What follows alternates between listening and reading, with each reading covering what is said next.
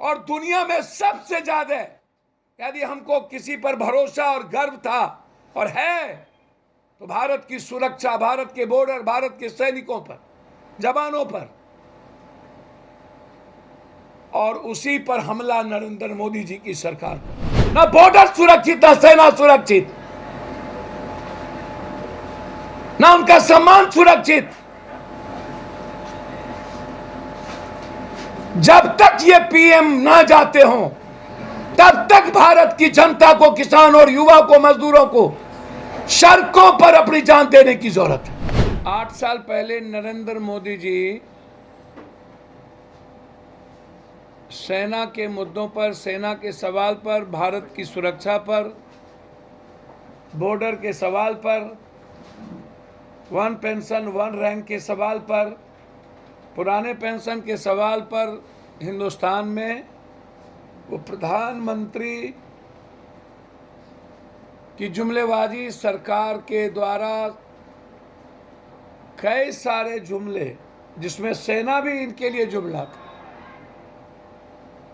मुझको लगता है कि इससे बड़ा जुमला क्या हो सकता है। अमित शाह जी ने जो बात कही, चाहे वो नोटबंदी, काला धन, ब्लैक मनी, जो भी चीजें उन्होंने कही, और आज 8.5 सालों में उनकी जो जुमलेबाजी हुई, यह काबिले बर्दाश्त नहीं है कि हिंदुस्तान की असुरक्षा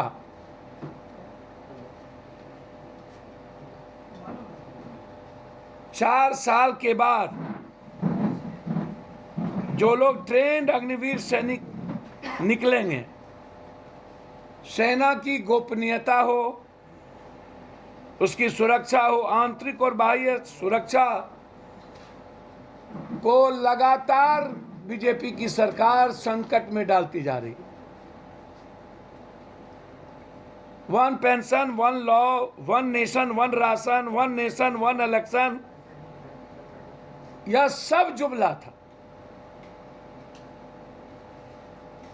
सारे सैनिक के अस्मिता पर ही नहीं, देश के सुरक्षा के पर खतरा हो गया।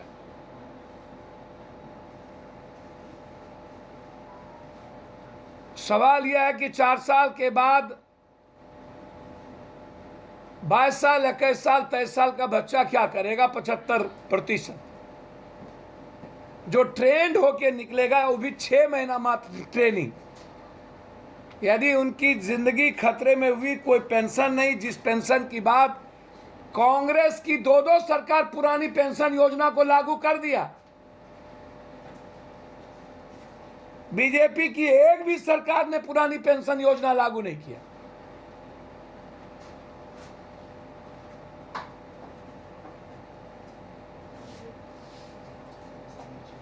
क्या ट्रेनिंग से निकालने के बाद यह सवाल खड़ा होता है,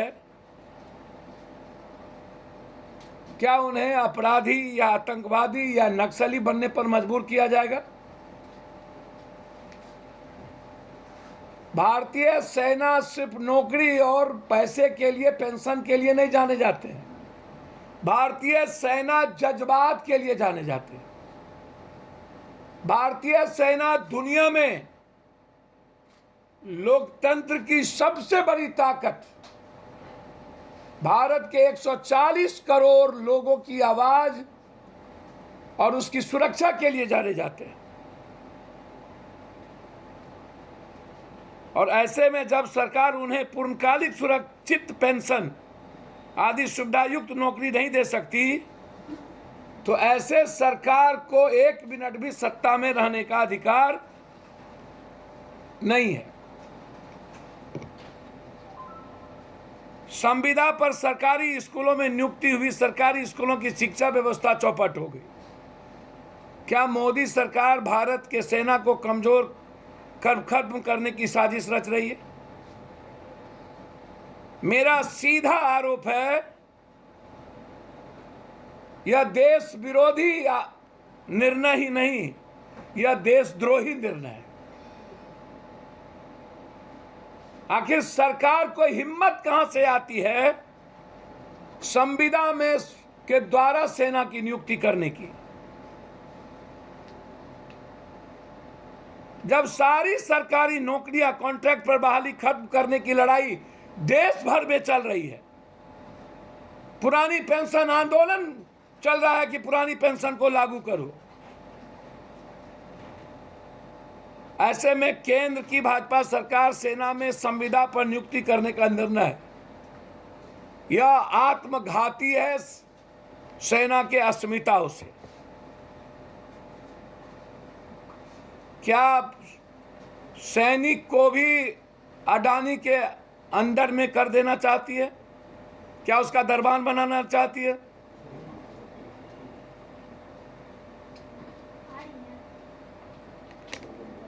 क्या 4 साल के बाद हमारे सैनिक अडानी के दरबारी करेंगे? नौकरी कौन तय करेगा?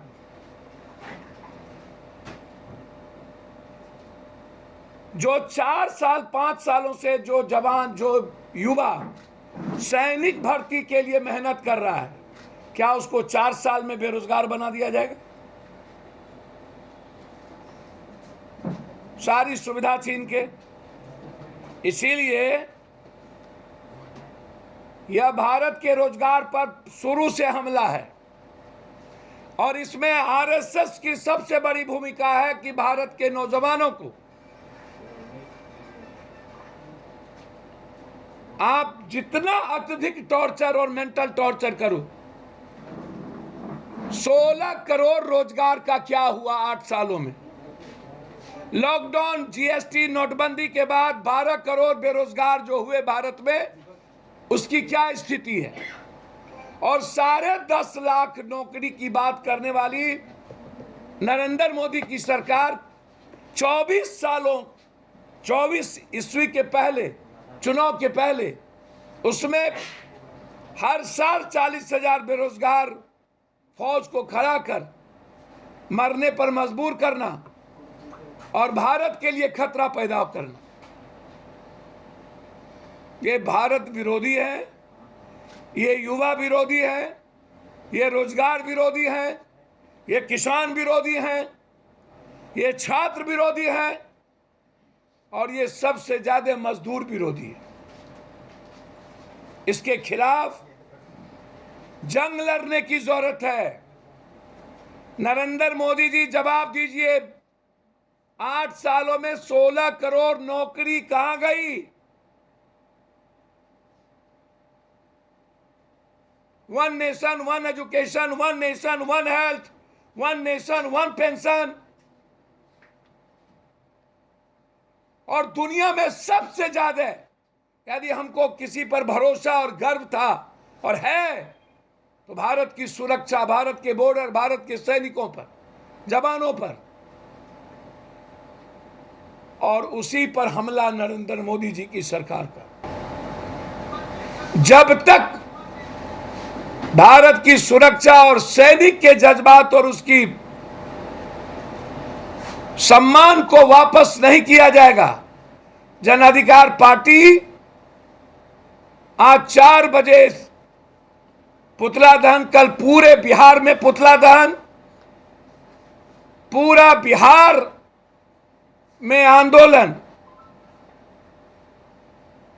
तब तक आंदोलन होगी जब तक नरेंद्र मोदी की सरकार अग्निवीर निर्णय को वापस नहीं लेगी। दूसरा, लगातार आज पड़ोसी के घर में आग लगा है। हिटलर, नेपोलियन, चंगेज खां और किंग जॉन से भी ज्यादा खतरनाक तरीके से लोकतंत्र और ये कांग्रेस पर हमला नहीं है। पहली बार किसी भी पार्टी के दफ्तर में पुलिस ढूक करके महिला सांसद और सीनियर लीडर को घसीट के मारा। जैसे देश में पहली बार बिहार में विधायिका को पिटवाया, उसी तरह कल जो हुआ,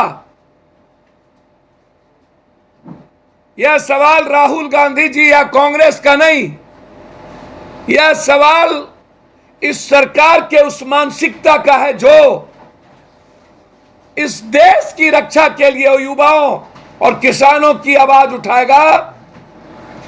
जो लोग अदानी के खिलाफ 8 लाख पैर काटने को राहुल गांधी ने रोक दिया छत्तीसगढ़ में, जो अदानी के खिलाफ बात करेगा, जो अदानी के बीच में आएगा, उसे ईडी के द्वारा, अडानी ईडी के द्वारा परेशान किया जाएगा। आज हमारे जैसे साथियों को इस ईडी और इस तरीके के खिलाफ खड़े होने की जरूरत है। इसीलिए 23 तारीख को हर परिस्थिति में, यदि हमें तो आश्चर्य है, 3 दिन से लगातार, अब चौथा दिन कल फिर बुलाया गया।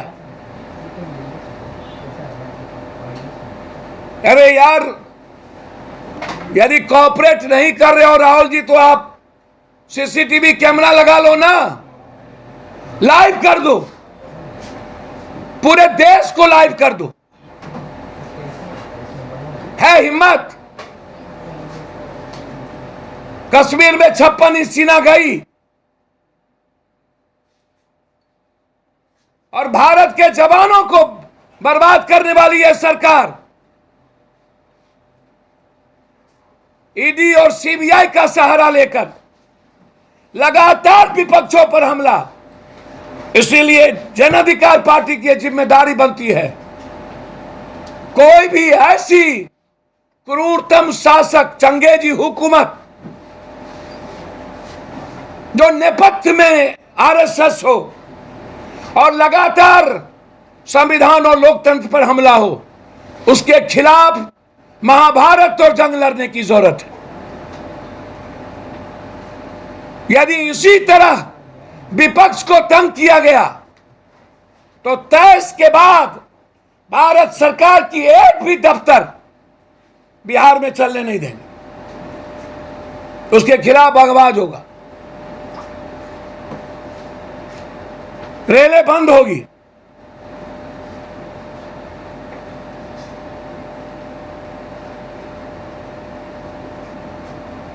हिटलर के शासक को यह देश कभी बर्दाश्त नहीं करता। भारत की रक्षा के लिए एक पप्पू नहीं, लाखों पप्पू कुर्बान होने को अब तैयार है।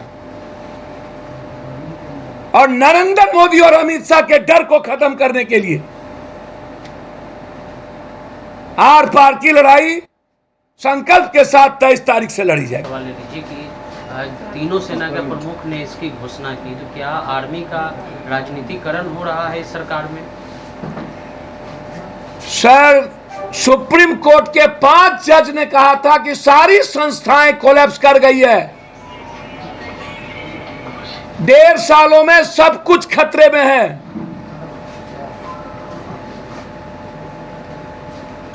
आठ साल नहीं, 4 साल नहीं मोदी हैं, 8 सालों से। अब मोदी जी का इंतजार जसोदा मैया कर रही हैं। अग्निवीर पीएम बनकर ही अब लौट जाए, छोड़ दे इस देश को।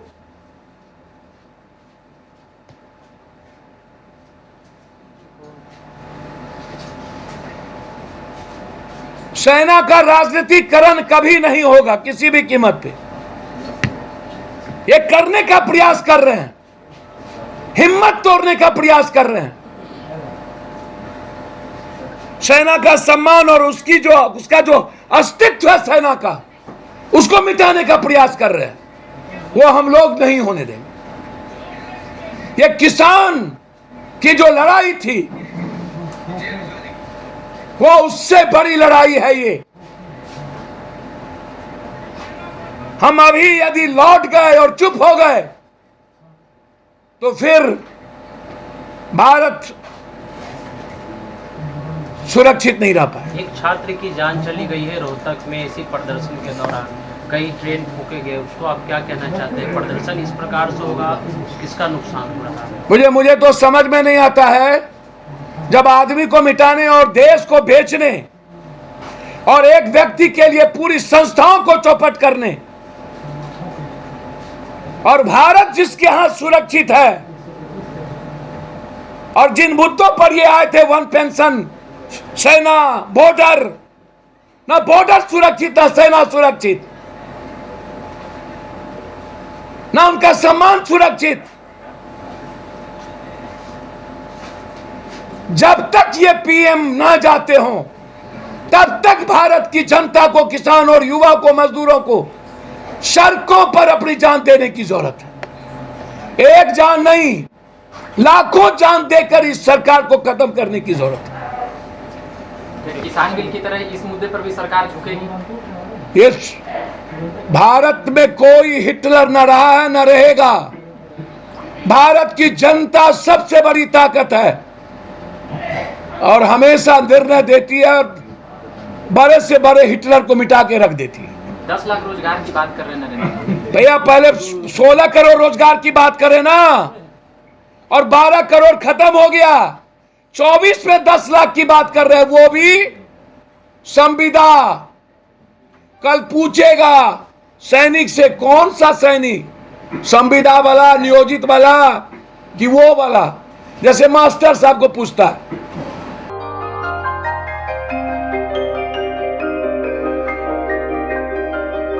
इस कोविड पेंडेमिक में सब ये शहर छोड़कर अपने शहर, अपने घर चले गए। हम लोगों का अपना शहर तो है, लेकिन वहाँ अपना घर नहीं। अगर सिचुएशन और ख़राब होता चला गया तो हम जाएंगे कहाँ? अरे ये प्रॉब्लम तो हर शहर में है, लेकिन हाँ, अपने शहर में भी अपना घर तो होना ही चाहिए। होना चाहिए तो कहाँ है अपना घर? ये है ना, ई होम्स पैनोरामा, पूर्णिया में, अपने शहर में अपना घर। पूर्णिया में पैनोरामा ग्रुप लेकर आए हैं ई होम्स पैनोरामा। बड़ा घर, आलीशान जिंदगी और अत्याधुनिक सुविधाओं के संग।